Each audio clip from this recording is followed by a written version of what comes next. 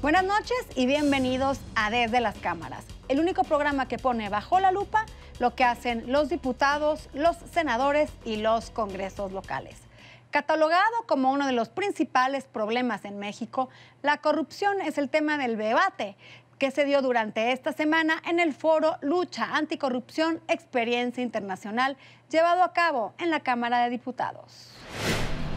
Legisladores y expertos nacionales e internacionales analizaron el fenómeno de la corrupción y la lucha para erradicarla, pero las cuentas no son alegres. Ubican a América Latina como la región más corrupta. En el caso de México, la corrupción e impunidad se considera el talón de Aquiles y hoy ven en las mujeres un buen antídoto. Es un ser humano, quizás con mayores niveles de contención frente a muchas tentaciones, debería convertirse en la mejor garantía posible de que la lucha por la que los mexicanos clamaron en las votaciones pasadas en contra de la corrupción se va a hacer realidad, ya no porque haya un único líder que así lo haya prometido, sino porque hay un liderazgo colectivo de mujeres que traen esas convicciones de que la política y la ética son una fórmula que nunca se puede separar. De acuerdo al Índice de Transparencia Internacional 2017, México ocupa el lugar 135 de 180 países a nivel mundial en corrupción y el cuarto en impunidad. Hablamos de que de 100 delitos apenas 6 son denunciados en el país y de estos solo el 3% culmina en una sentencia, ante el terrible hecho de que 1 de cada 2 personas afirma haber pagado en el último año un soborno a funcionarios públicos. Juntos, sociedad civil y gobierno deben de trabajar de la mano para combatirla. Y no solo para combatirla, sino también para sancionarla, para evitar la impunidad de los hechos o de las acciones que dañan a nuestra nación. En el foro Lucha Anticorrupción Experiencia Internacional, algunos recomendaron a México echar a andar su estructura anticorrupción recientemente aprobada por el Congreso a fin de combatir casos de impunidad como el de Odebrecht. México arrastra este expediente que es un expediente negativo. Lo ideal en materia de nombramiento de personal ligado a la administración de justicia, particularmente en las fiscalías, que son los que llevan adelante la acción penal, es que el mecanismo sea el más independiente posible, asimismo también los mecanismos de destitución. Alertaron que disminuir el presupuesto a los órganos de control debilitará la lucha contra la corrupción y la impunidad. Senadores y diputados se pronunciaron a favor de tener una política de austeridad en el Poder Legislativo. Legisladores de diversos partidos políticos se pronunciaron por implementar diversas medidas para reducir los elevados gastos en el Congreso de la Unión. Lo importante, aseguran, es acabar con los excesos y la corrupción, pero sin afectar el derecho de los trabajadores. Yo espero que haya un programa de austeridad muy drástico en el Congreso en general, no solo en la Cámara de Diputados, en el Senado también. La clave es la transparencia, porque cuando hay opacidad se gasta muchísimo dinero y necesariamente se incurre en corruptela. No me acuerdo quién dijo hace tiempo, donde hay luz no hay cucarachas. Así es, o sea, transparencia para que todo lo que se ejerza con la posibilidad de que la sociedad lo revise, lo vea, lo cuestione. Y sí hay mucha opacidad en el Congreso, hay que decirlo. Hay mucha opacidad y se gasta demasiado dinero. Yo creo que se tiene que tomar con mucha seriedad el tema del servicio público, el servicio federal. ¿Qué sirve, qué no sirve? Y es momento de hacer los recortes que correspondan, pero no atropellando derechos. Yo he sostenido que la austeridad, antes de la austeridad están los derechos de los y las trabajadoras, que no podemos ir en contra de ellos, pero sí tiene que hacerse una revisión con mentes avanzadas, que conozcan buenas prácticas de otros países. Y ahora veamos qué sucedió esta semana en la Comisión Permanente. Legisladores del PRD manifestaron su oposición a la descentralización de secretarías e instituciones del Estado por no asegurar un amplio análisis de los impactos en esta situación. Igual en lo que se refiere a esta pretendida descentralización o desconcentración de las distintas secretarías y dependencias del gobierno federal, a distintas entidades de la República, sin ni siquiera discutirlo antes y ver cómo va a impactar en la situación de los trabajadores. No lo discute con los sindicatos, no lo discute con nadie. Es su decisión, y al mismo tiempo que habla de austeridad, van a erogar una enorme cantidad de recursos para la descentralización. Legisladores de diversos partidos políticos se pronunciaron por una amplia investigación en el caso del desplome del avión de este martes en Durango. Lo que se debe de aclarar es qué es lo que pasó. Y es si fueron condiciones climatológicas, si hubo alguna responsabilidad humana o si hubo alguna negligencia por parte de la empresa, que hasta ahora no tenemos elementos para suponerlo. Con la emisión de un billete de la Lotería Nacional en honor de la 10ª musa, la senadora Ana Lilia Herrera impulsa la iniciativa para que Sor Juana Inés de la Cruz sea incluida en la rotonda de las personas ilustres. En el Senado de la República se puso a la venta el billete de la lotería con motivo de la inclusión de Sor Juana Inés de la Cruz en la rotonda de las personas ilustres. El acto fue encabezado por el presidente del Senado, Ernesto Cordero, y la senadora del PRI, Ana Lilia Herrera.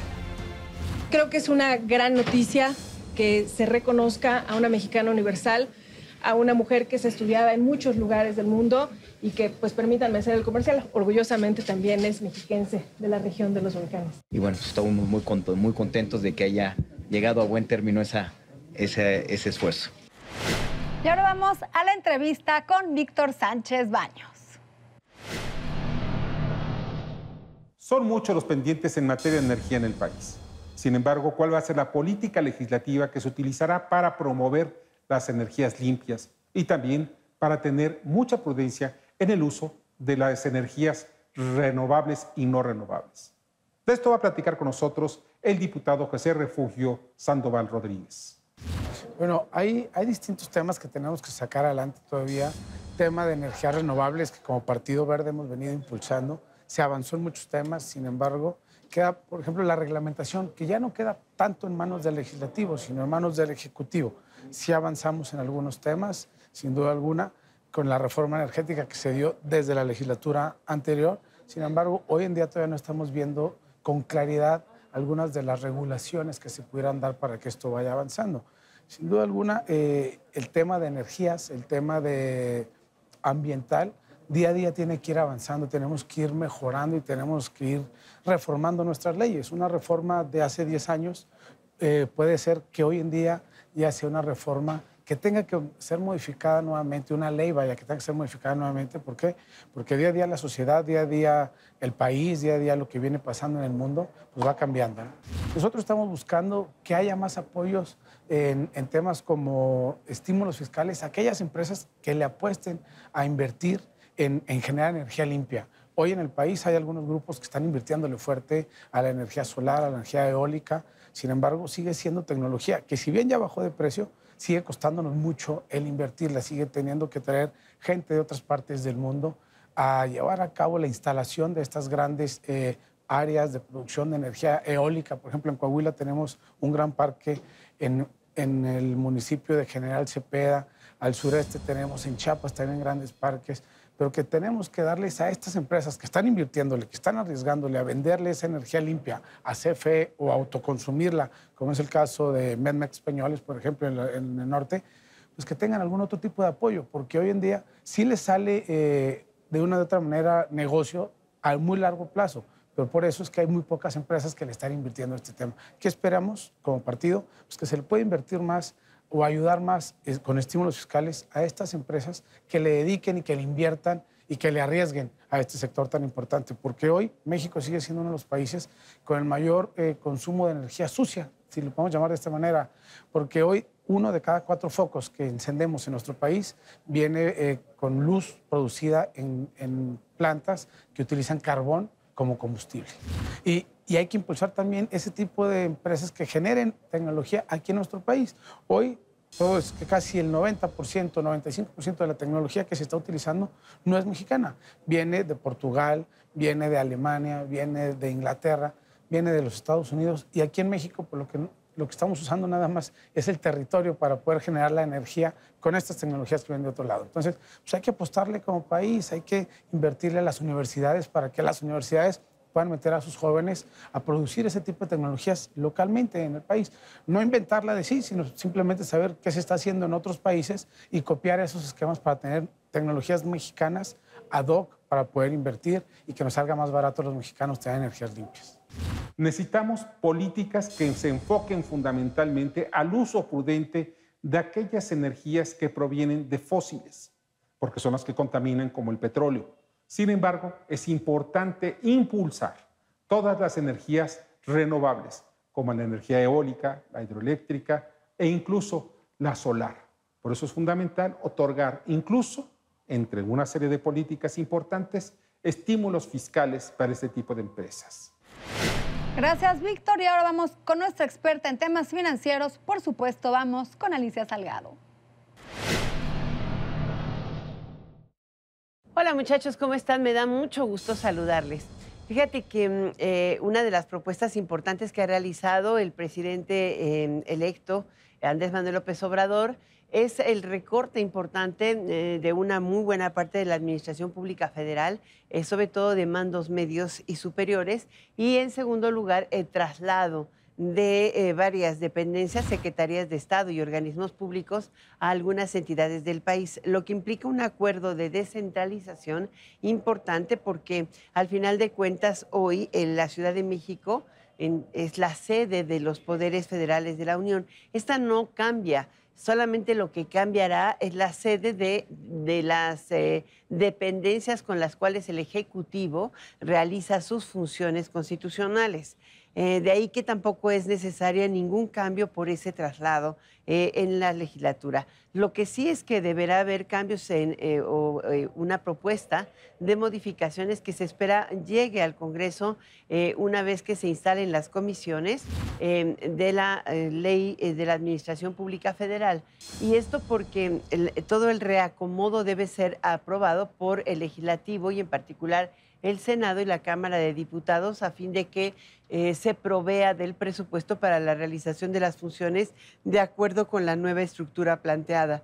El recorte que está estimando el equipo de gobierno es de aproximadamente un 20% del total de los funcionarios públicos de altos mandos, sobre todo por el recorte que implica o el ajuste que implica al cuerpo de asesores. Según los lineamientos fijados, solamente tendrían 5 por secretaría, no precisamente por secretario o subsecretario, asesores profesionales. Y por el otro lado, también se recortan todas las prestaciones, el otorgamiento de teléfono celular, más allá de una secretaria por el departamento, por ejemplo, cosas de esta naturaleza. Se ha dicho que no van a tocar a ningún empleado de base. Sin embargo, muchas de las funciones que hoy no están cumpliendo estas dependencias, sobre todo funciones de carácter administrativo, se originan en una duplicidad de contrataciones y de muchas personas que teniendo bases sindicales no tienen asignación de trabajo clara. De ahí que se está revisando una a una todas las funciones que se ejercen y cada persona deberá tener en el tabulador de pago de la nómina una función específica. Si no, pues bueno, se trata de aviadores, ¿no crees? En fin, creo que este ejercicio, ellos esperan reunir alrededor de 500,000 millones de pesos, pero solamente el traslado de las dependencias a las entidades de la República, el Centro de Estudios de Políticas Públicas la estima en 110,000 millones de pesos. Un moche que podría ser útil siempre y cuando implique desarrollo regional. Yo pongo este tema bajo la lupa desde la Cámara de Senadores. Vamos a un corte comercial, pero no se vaya porque a nuestro regreso estará con nosotros en el estudio César Cravioto, coordinador de los legisladores de Morena en la Asamblea Legislativa del Distrito Federal.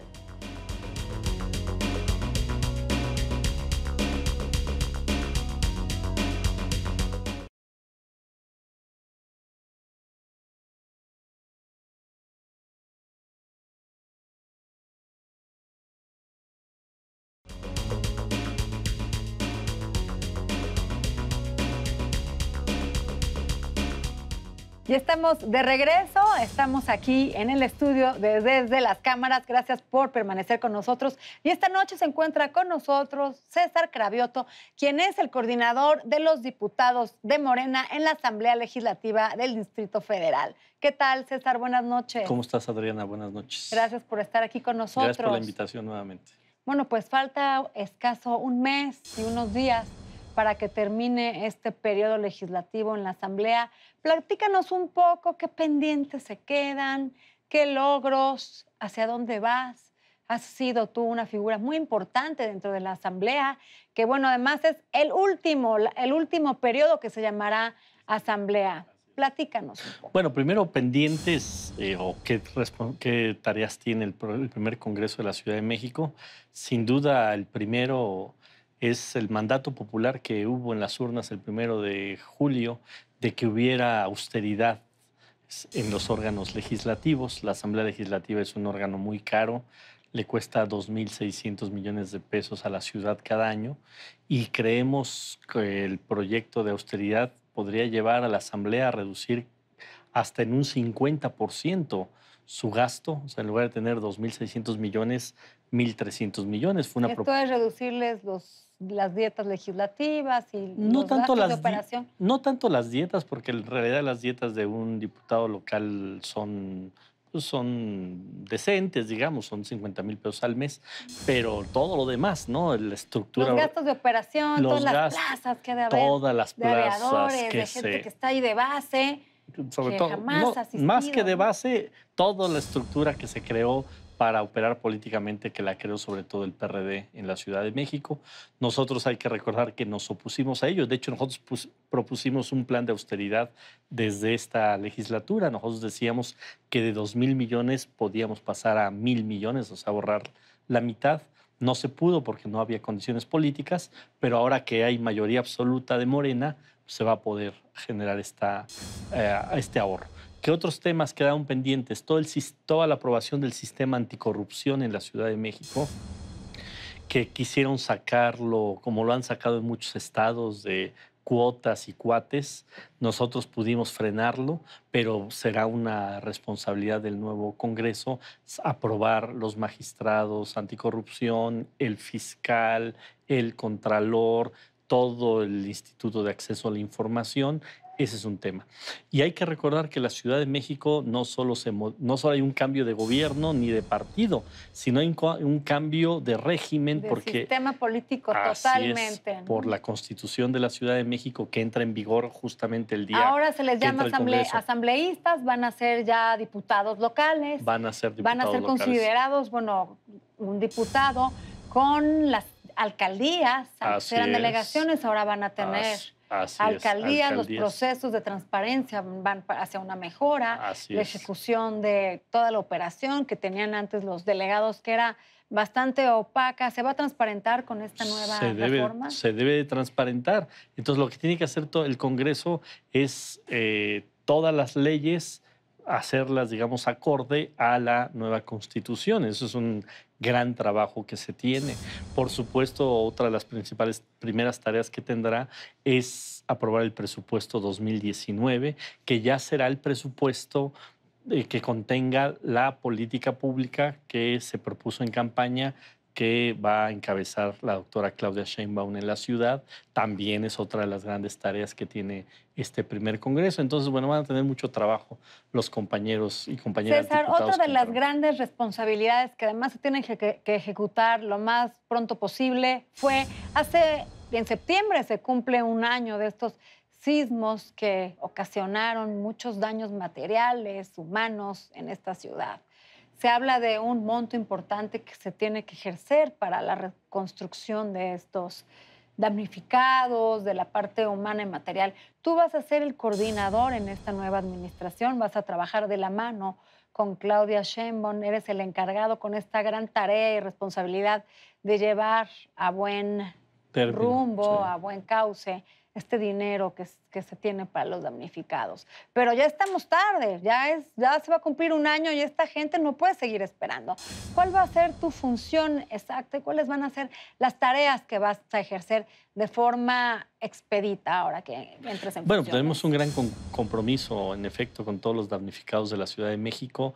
Tenemos que cumplir lo que ofertamos en campaña, lo que dijimos desde que, ahora que somos diputados, desde ese momento nosotros decíamos, todos los que se quedaron sin hogar, se les tiene que reconstruir su vivienda sin que se vuelvan deudores, sino a fondo perdido, buscando una mezcla de recursos de la ciudad. Pero ya existe el recurso. Bueno, o una parte importante del recurso. Bueno, acuérdate que nosotros vamos a entrar el 5 de diciembre. Prácticamente ya el recurso del 2017 ya no la... Ya se ejerció. Del 2018 ya se habrá ejercido. Van a hacer auditorías. Me imagino que se haya ejercido de forma correcta. Bueno, eso ya no me corresponderá a mí. Está la Auditoría Superior de la Ciudad de México, está la Contraloría. Serán esas instancias que hagan las auditorías. ¿A nosotros qué nos tocará? Primero, ayudar para que en el presupuesto haya recursos suficientes. Buscar también recursos del gobierno federal, que también es una de las prioridades del nuevo gobierno que encabezará Andrés Manuel López Obrador.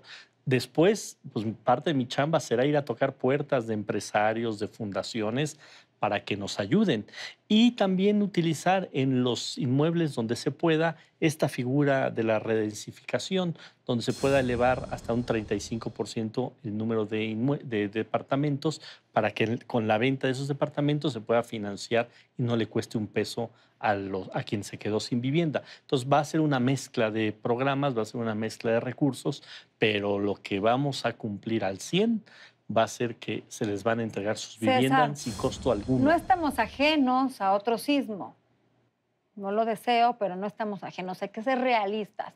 Estas nuevas construcciones van a contar con la capacidad de poder sobrepasar un sismo, van a tener ahora sí que la tecnología correspondiente para estos sismos que hemos venido teniendo. Bueno, la norma después del 85 se modificó y se hizo más rigurosa. Ahora, después del 2017, se volvió a modificar. Vimos edificios nuevos, sobre todo en la delegación Álvaro Obregón, que eran en Benito Juárez nuevos, también, sí, que claro. se cayeron. Así es, bueno, no eso cumplían con esa norma. Van a ser estrictos ustedes como nuevo gobierno. Por supuesto. Con Claudia Sheinbaum, con toda la experiencia que tiene como jefa de gobierno para que se cumplan con esta norma. Ya no solo por un tema de una gestión administrativa, sino es un tema de seguridad de las personas. No, es una obligación que todas las viviendas nuevas que se reconstruyan tienen que tener los máximos de seguridad. No podemos arriesgarnos a que en un siguiente sismo tengan problemas, ¿no? Tenemos que ser muy rigurosos. Yo no soy técnico, yo no soy ingeniero, pero me voy a hacer allegar de ingenieros capaces para que todas las nuevas edificaciones cumplan la norma. Y las que están todavía que no se han podido demoler, que vemos muchos edificios muy dañados, que es peligroso mantenerlos. Eso es parte del programa de reconstrucción. Es todo lo que esté en riesgo, que genere un riesgo para la sociedad, se tiene que demoler y se tiene que reconstruir. Todas las personas que hoy no tienen una vivienda se les tiene que dar. Es un programa que no se va a terminar en el 2019.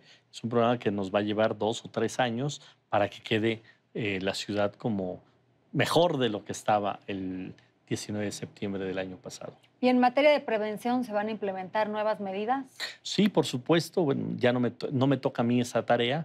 Digamos, la hoy Secretaría de Protección Civil se va a modificar en un sistema de prevención y atención a emergencias. Ahí se va a tener una secretaria de ese ramo que tiene toda la experiencia en varias partes del mundo, que ha estado en zonas de desastres, y tenemos un programa porque más allá de la reconstrucción, que es un tema prioritario y emergente, tenemos que prepararnos para que en esta ciudad, ante una emergencia como la que ocurrió hace un año, verdaderamente sepamos qué hacer como sociedad, como gobierno, y no cause un sismo lo que causó tanto en el 85 como en el 2017. Por supuesto que tenemos que dejar pasando este gobierno una ciudad más segura, una ciudad más informada, mejor organizada, porque todos nos tenemos que organizar. No es solo una responsabilidad del gobierno, tiene que ser la sociedad en su conjunto que esté mejor informada y mejor organizada ante eventos como un sismo, como una inundación, como un incendio o como tantos eventos masivos que hay en la Ciudad de México. Así es, César Cravioto, pues gran responsabilidad que seguro asumirás con gran entusiasmo, con gran premura, porque es un tema que se tiene que resolver lo más rápido posible y estaremos al pendiente de tu buena gestión. Muchas gracias. Sé la importancia de la responsabilidad. Además, estoy muy entusiasmado porque le vamos a poder ayudar y a cumplir a miles de damnificados en la Ciudad de México y nos vamos a abocar al 100 a esta tarea. Gracias por estar Muchas gracias. Con nosotros Gracias, aquí en Desde las Cámaras. Y no dejen de vernos próximo jueves a las 11:30 de la noche en el único programa de la televisión que pone bajo la lupa el quehacer legislativo. Buenas noches.